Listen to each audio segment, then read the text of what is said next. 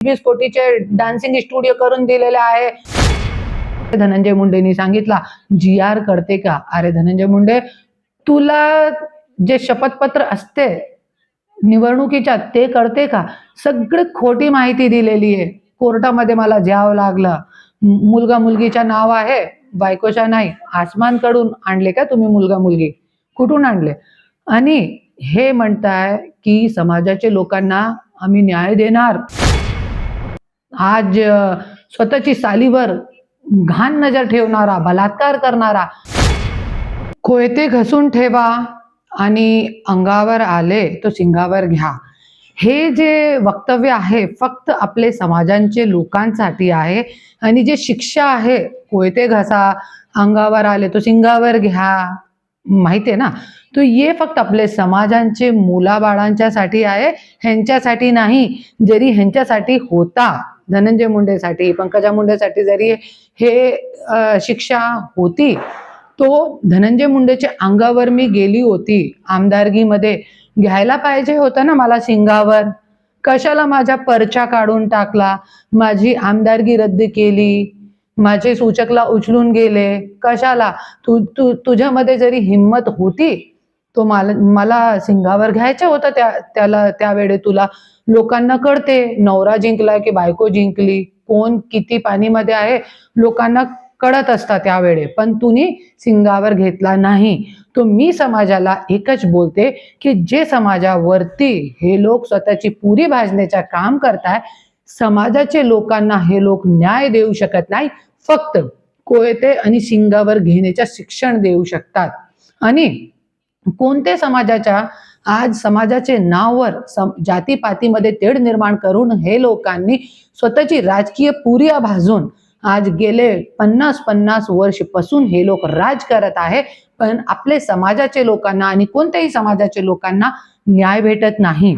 पंगेश्वर कारखाना, वैद्यनाथ कारखाना, मुंगी कारखाना, इतके मोठे मोठे कारखान्यामध्ये जे मुंडे साहेबांनी आपल्या समाजाच्यासाठी लोकांच्यासाठी उभा केले होते, त्याच्यामध्ये ते सगळे कारखान्यामध्ये सगळे वंजारी लोक आहे. तरी पण आज न विचारता ज्या लोकांनी आपली 1 एकर, आधी एकर जमीन ज्यांच्याकडे होती त्यांनी सगळ्यांनी दिली.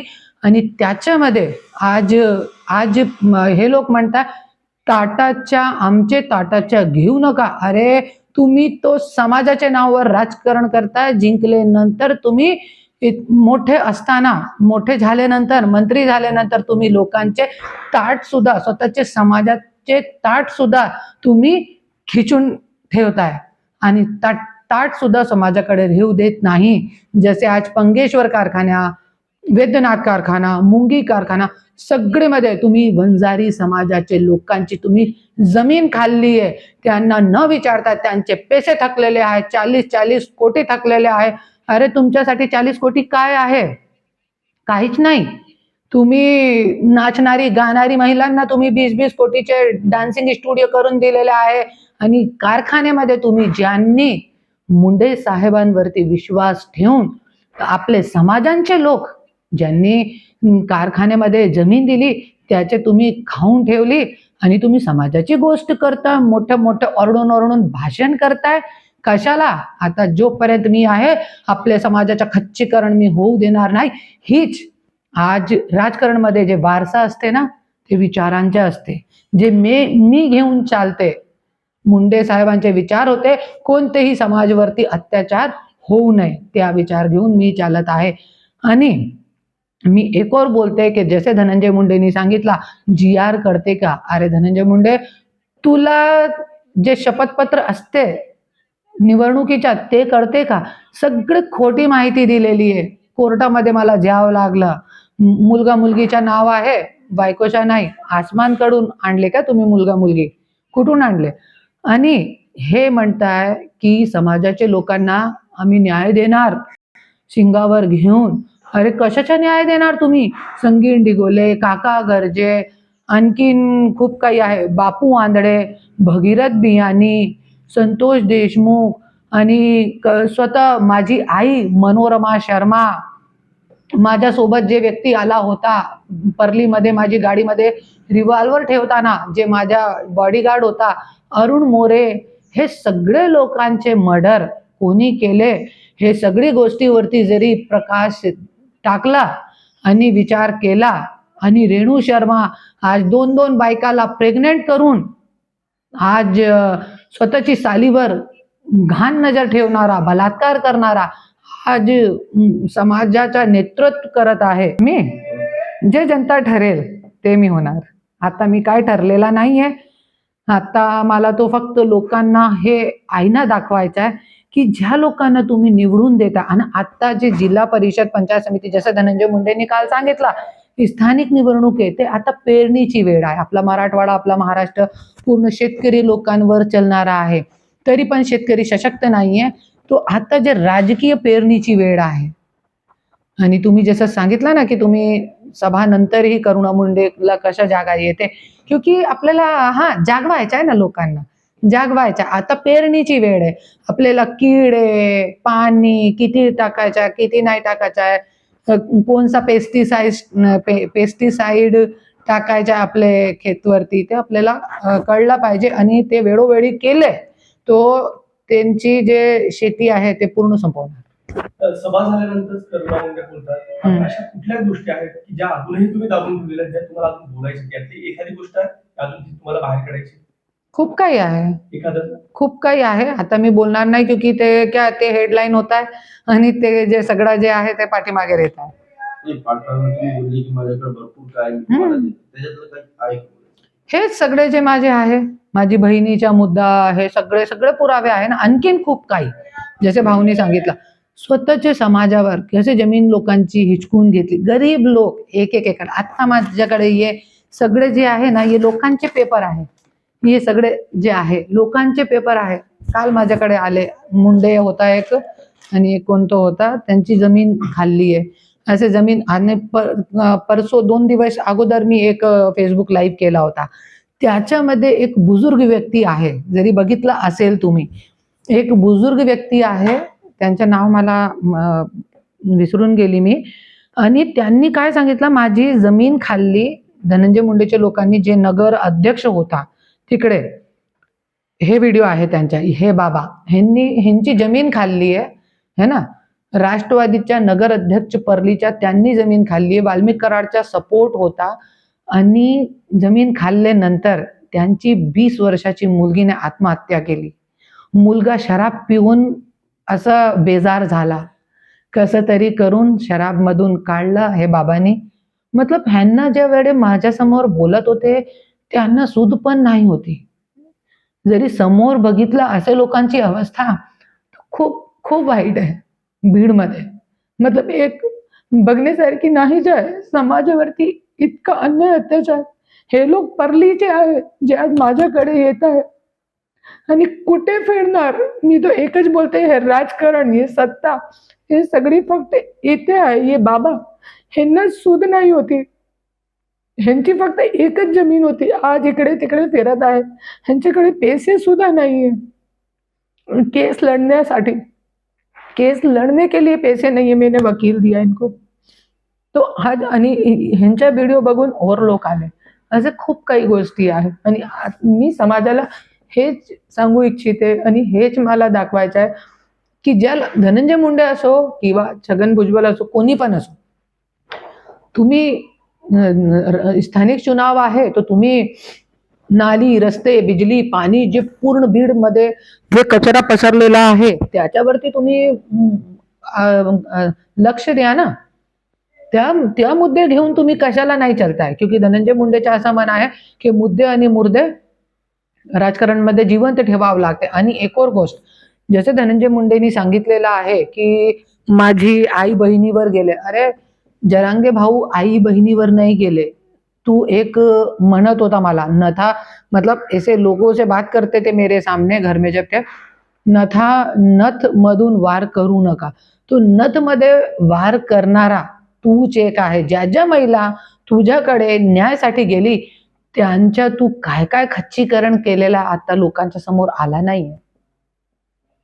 एक शेवटचा प्रश्न आहे. ते बोलतायत, तुम्ही बोलतायत, त्याच्याने बातम्यांच्या हेडलाईन होतात, मात्र याचा अंत नेमका शेवट कसा असणार आहे अशा कुठल्या गोष्टी? असे अंत कधीही होणार नाही, क्योंकि जोपर्यंत धनंजय मुंडे सारखे लोक कोणी असू द्या, मी सगळ्यांचा विरोध करते, फक्त धनंजय मुंडेचा नाही, तो जोपर्यंत असे घाणेरडे लोक राजकारणामध्ये आहे तोपर्यंत मी विरोध करत राहणार. की आज हे लोक काय करणार, आज किती लोकांना जेलमध्ये टाकला, स्वतःची बायकोला जे न्याय देऊ शकत नाही, आज समाजाला, महाराष्ट्राची जनताला, कोणत्याही समाजाचा असो, काय न्याय देणार. असे घाणेरडे लोकांना जरी आम्ही निवडून दिले, तो आज 70 वर्ष महाराष्ट्र मागे आहे, भारत पण मागे आहे, असंच चालत राहणार. आणि कधीही आपले मुलाबाळांना चांगला शिक्षण, न्याय कधीही भेटणार नाही, शेतकरी कधीही सशक्त होणार नाही. मी इतकाही म्हणते. आणि टाटाच्या जे आहे, तुम्ही पहिले वैद्यनाथ कारखान्याचे आणि पंगेश्वर कारखान्याचे, मुंगी कारखान्याचे लोकांची जमीन द्या, त्यावेळे तुम्ही टाटाचे जेवणसाठी तुम्ही लढा लोकांचे. आणखीन एक काहीतरी मला थोडं आत्महत्या होतं. हम्म. तुमच्या आईची हा, ज्या वेळे माझी बहिणीसोबत गलत केला, माझी बहिणीने घरामध्ये सांगितला होता, त्यावेळे माझी आईने आत्महत्या केली होती. आणि ह्यांचे दबाव, जसं की आज माझ्यावरती गेले 3 वर्ष दबाव चालू आहे, तसंच माझी आईवरती दबाव टाकून माझी आईने आत्महत्या केली. दबाव सहन करू शकले नाही. आणि माझे पण मुलगा मुलगी एकदम लहान होते, 1-1 वर्षाचे, त्याच्यासाठी मी पण जास्त तोंड उघडलं नाही. आणि मला पण 2021-22 पर्यंत, ज्या वेळे माझी बहिणीने स्वतः कबुली केली नाही की हा असं असं आहे, तो वेळेपर्यंत मी हे गोष्टीवरती लक्ष दिला नाही. त्याच्यासाठी माझी आईने आत्महत्या केली. आणि सगळी गोष्टी आहे, पोलीस स्टेशनमध्ये पण आहे. ताई, आपण जरांगे पाटलांची भेट घेतली असं पाटलांनी सांगितलं. कधी भेट घेतली होती, काय म्हणतात? 4-5 दिवस अगोदर जरांगे भाऊची मी भेट घेतली. जसे जरांगे भाऊ आज सगळ्यांना न्याय देत आहे, तसंच मी पण त्यांना विनंती केली की भाऊ, मला न्याय द्या तुम्ही. आणि माझ्यासोबत पण आज जे जे केलेलं आहे त्यांनी सांगितलं मी, पण त्यांनी मला सांगितलं की मी घरगुती मॅटरमध्ये मी पडत नाही. जरी धनंजय मुंडेला मला खेटायचं आहे, तो मी स्वतः सक्षम आहे. तरी पण मी त्यांना विनंती केली. त्यांनी सांगितलं मला काहीही माहिती नाहीये तुमच्या मॅटरमध्ये, मी सगळी माहिती गेल्यानंतर तुम्हाला कळवतोय. ज्या ज्या वेळेस धनंजय मुंडे कुठल्याही राहू देणार आहे, ज्या ज्या वेळेस धनंजय मुंडेंनी संघर्षातून, संकटातून सामना केला, पुढे आले, मोठ्या मोठ्या सभा घेतल्या, त्या सभा झाल्यानंतरच करुणा मुंडे शर्मांना आरोप करायचे करतात का? याआधी का नाही करत तुम्ही? नाही, तुम्ही बघू शकता आज दशहरेच्या दिवशी, आणि आज जे ते म्हणतायत, माझा खूप चांगला क्वेश्चन केलाय तुम्ही, क्योंकि जे भाषणमध्ये जे खोटे नाटे लोकांना दिशाभूल करणारे जे भाषण गाजवताय ना त्यांचे, त्याच्यामध्ये काय असतात, लोकांना काय वाटते, नाही आपले समाजाचा माणूस आहे, आपले हिताचा माणूस आहे, किती चांगला भाषण करताय, किती छान बोलताय. आणि त्याच्यामध्ये लोकांच्या डोक्या एक सुन्न करून ते लोक त्याच्याही राजकारण म्हणताय ना. त्याच्यासाठी मी ह्यांची सभा झाल्यानंतरही मी बोलते, क्योंकि ह्यांचे भाषणचा विरोध करणं माझं काम आहे. ते सगळी जे खरी गोष्टी आहे ते लोकांच्या समोर आणणं हे माझं काम आहे. आम्ही अनेक राजकारणी बघितले, कुठल्याही कार्यक्रमाला घरगुती हे एकच होतात, राजकीय मात्र वय हे समाजाला दाखवतात. तसं तुमच्या दोघात आहे? असं वाटते का तुम्हाला? महाराष्ट्राची जनताला मी प्रश्न विचारते, महाराष्ट्राची जनताला असं वाटते का? जरी असं असता तो वाल्मिक कराडने पण माझ्यासोबत मारहाण केली. माझा नवरा होता, कलेक्टर मॅडम होती कलेक्टर ऑफिसमध्ये, माझ्यासोबत मारहाण केली, इतका मी सहन केली नसती. आणि पत्रकार लोकांना तर सगळं माहिती आहे, महाराष्ट्राची जनताला बहुतेक नाही माहीत असेल. ज्या वेळे गेले अगोदर 3 वर्ष अगोदर ज्या वेळे मी बीडमध्ये आली होती लढा उभारण्यासाठी आपल्या हक्काचा, त्यावेळे माझ्यावरती 1 दिवसामध्ये नांदेड, उस्मानाबाद, लातूर, परली केस, वेगळे ठिकाणी 1 दिवसामध्ये 6 केस केले होते, 6 केस. तरी पण मी थकली नाही आणि मी लढाला मंजूर केला आणि मी पुढे गेले. एक चर्चा अशी होती की करुणा मुंडे शर्माच्या पाठीमागे कोण आहे? करुणा मुंडे शर्माचे पाठीमागे सगळ्यांची मोठी सत्ता आहे, परमेश्वरची, भगवानची. आपण जर पाहिलं तर गेल्या काही दिवसापासून तुम्ही सातत्यानं तुमच्या बहिणीचा देखील उल्लेख केला, हम्म. त्यांच्यावर देखील अन्याय झाला. हम्म. त्यांच्यासाठी तुम्ही न्याय मागता, परंतु त्या मात्र पुढे दिसत नाही.